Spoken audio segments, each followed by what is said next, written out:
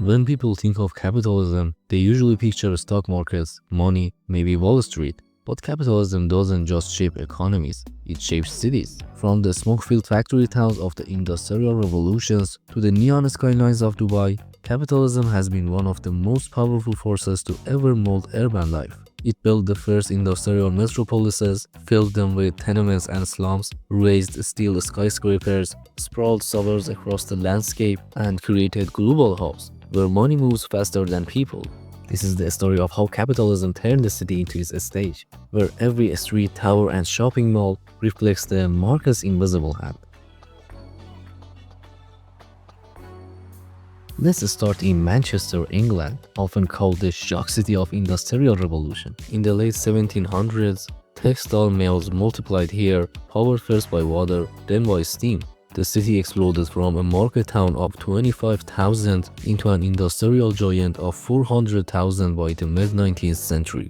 But industrial capitalism didn't build beauty, it built efficiency. The streets narrowed between endless rows of worker housing.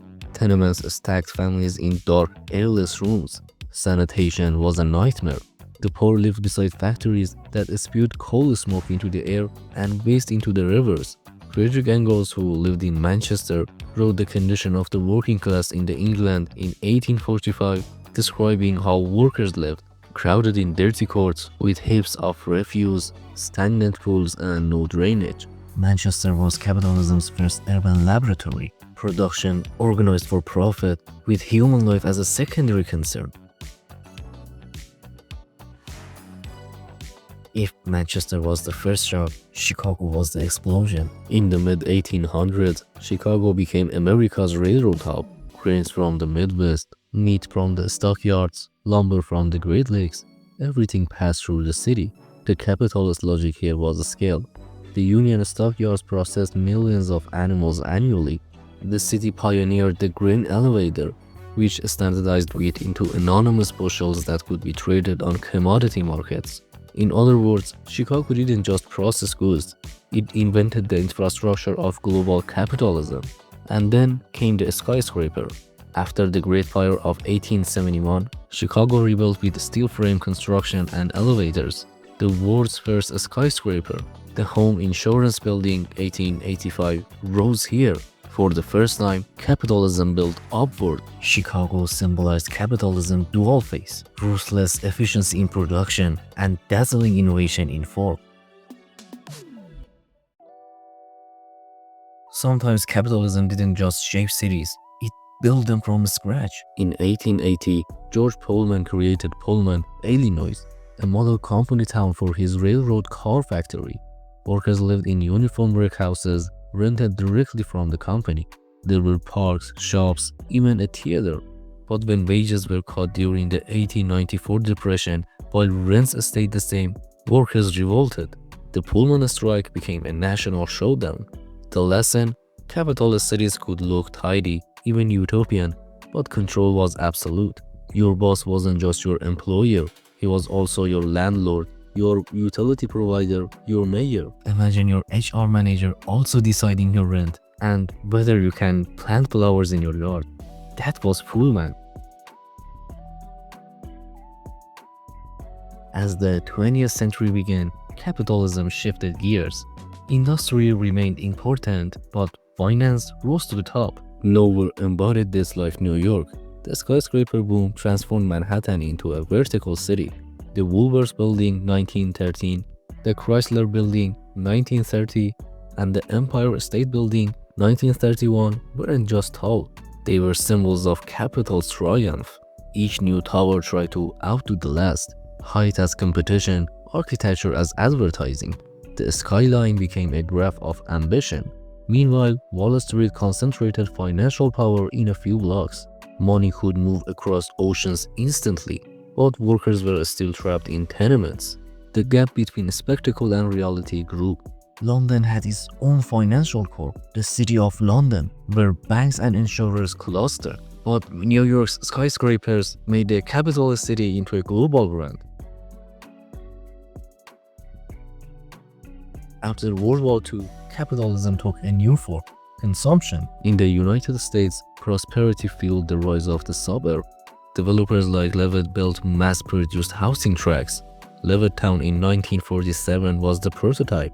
Homes were affordable, but only to white middle-class families, as discriminatory lending and zoning excluded minorities. Highways, funded by the state but serving the market, connected suburbs to cities. Cars became essential, and at the center of suburban life stood the shopping mall. Enclosed, air-conditioned, filled with chain stores, malls turned consumption into a way of life. The first modern mall, Southdale Center in Minnesota, 1956, was described as a community center.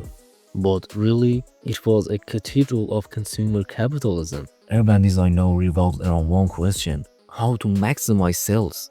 Subscribe so you don't miss it, because the capitalist city may dominate today, but the socialist city was once its most serious challenger.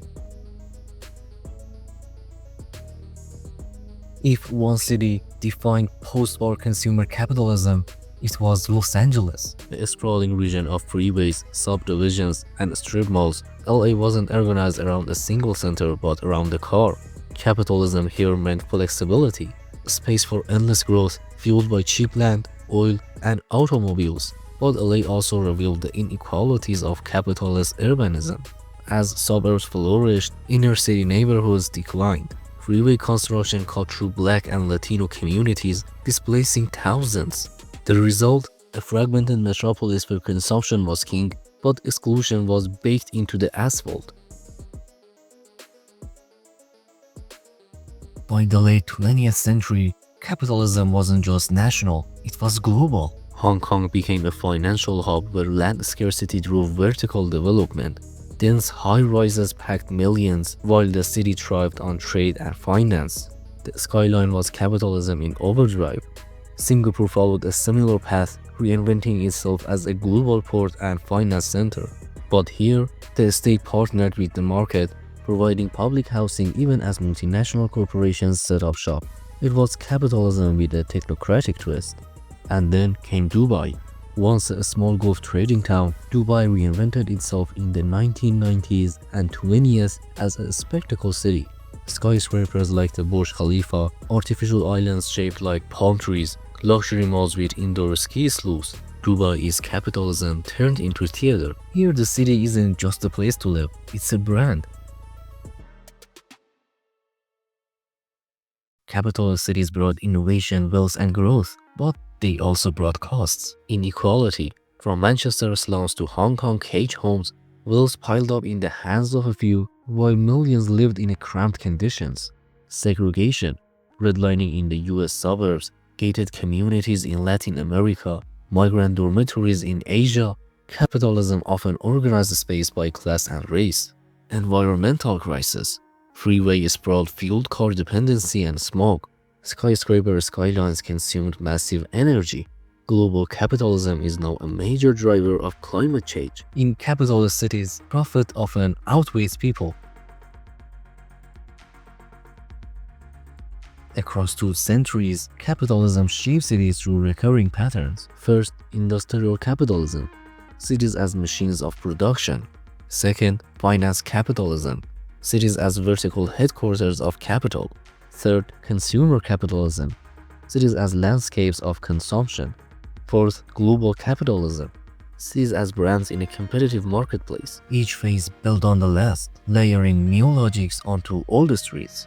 But not everyone accepted the capitalist city. In the 20th century, a rival ideology rose: socialism. If capitalism built cities around markets and profit, socialism tried to build them around equality, or at least its vision of equality. From Moscow's monumental avenues to Soviet micro-rayons, from Havana to Pyongyang, socialist planners ask, can a city be designed for the people, not the market? That's our next step. Episode 4, Socialist and Communist Cities, Equality on the Ground Plan.